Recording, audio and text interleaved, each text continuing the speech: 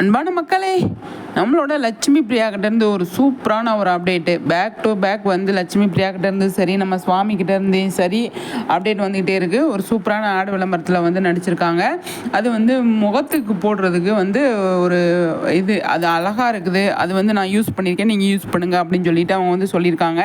எல்லாருமே அதை ஃபாலோ பண்ணுங்கள் சரிங்களா. உங்களுக்கு நல்லா இருக்கும் அப்படிங்கிறது தான். நல்லா இருக்குது, அவங்களுக்கு நல்லா இருக்குது அப்படின்னு அவங்க வந்து சொல்லியிருக்காங்க. அதே மாதிரி நம்ம சுவாமி வந்து அவர் நமக்கு அப்டேட் கொடுக்கல. அவர் ஆடு விளம்பரத்தில் நடிச்சிருக்காரு. ஆலயா காட்டன் இருக்கு இல்லையா, அதில் வந்து அவர் நடிச்சிருந்தார். அதே மாதிரி இப்பயும் ஒரு சூப்பரான வேஷ்டி சட்டையில் செம்மையாக வந்து கலக்கிட்டு இருக்காரு. அது மாதிரி ஒரு சூப்பராக ஒரு ஆடு விளம்பரத்தில் நடிச்சிருக்காரு. 1 இல்லை 2 இல்லை 3 விளம்பரத்தில் வந்து அவர் நடிச்சிருக்காரு. 3 இதில் வித்தியாசமாக வந்து அவர் பண்ணியிருக்காரு. நிஜமாகவே நான் வந்து அதை பார்த்து தான் வீழ்ந்தேன். என்னன்னு சொல்லி பார்த்தீங்க அப்படின்னா, ஒவ்வொரு இதுவுமே நான் வந்து நோட் பண்ணேன். ஃபாலோ பண்ணும் போது என்னாச்சு அப்படின்னா, ஒவ்வொரு இதிலும் ஒவ்வொரு மாதிரி ஒவ்வொரு ஸ்டைலில் வராருங்க. நிஜமாகவே அந்த ஆடு விளம்பரத்தில் அவ்வளோ அழகாக ஒரு டிஃப்ரெண்ட்டு ஒரு சுவாமியை பார்க்க முடிஞ்சது. நிஜமாகவே வந்து சீரியலில் எப்படி பார்க்குறோமோ அதே மாதிரி விளம்பரத்தில் நடிக்கிறார் இல்லையா, அதுலேயுமே வந்து சுவாமி வந்து ரொம்ப டிஃப்ரெண்ட்டாக இருந்தார், சூப்பராக இருந்தார் அப்படின்னு தான் சொல்லணும். அதே மாதிரி லட்சுமி பிரியா வந்து நிறைய ஆடு விளம்பரத்தில் வந்து நடிச்சிருக்காங்க. இதில் வந்து பர்டிகுலராக என்ன சொல்கிறாங்க அப்படின்னா, அவ்வளோ அழகாக இருக்குது, நல்லா இருக்குது, எல்லாருமே யூஸ் பண்ணுங்கள், இந்த மாதிரி மெத்தடில் யூஸ் பண்ணுங்கள் அப்படின்னு சொல்லி அவங்க வந்து அதை அழகாக யூஸ் பண்ணி காட்டினாங்க.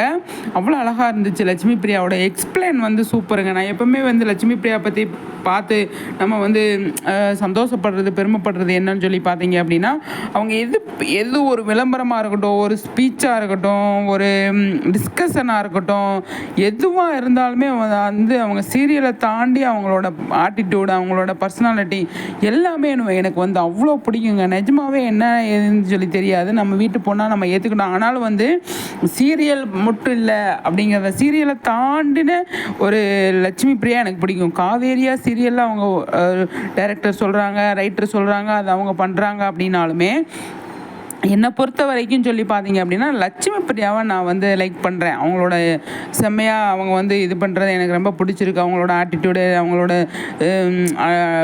ஸ்பீச்சு எல்லாமே வந்து சூப்பராக இருக்கும் அப்படின்னு நான் வந்து ரொம்பவே அவங்கள பார்த்து பயங்கரமாக வந்து நினைப்பேன். அதே மாதிரி இந்த விளம்பரத்துலையுமே வந்து சூப்பராக வந்து அவங்க வந்து பண்ணியிருந்தாங்க. அதே மாதிரி நம்ம சுவாமியும் சரி, எனக்கு வந்து அவர் ஒரு கலாட்டா விளம்பரத்தில் வந்து சொன்ன மாதிரி, கலாட்டா இன்டர்வியூவில் சொன்ன மாதிரி, லட்சுமி பிரியாவுக்கும் சுவாமிக்கும் சண்டையே வந்தது இல்லையா அப்படின்னு சொல்லி ஒரு இதில் கேட்டிருப்பாங்க.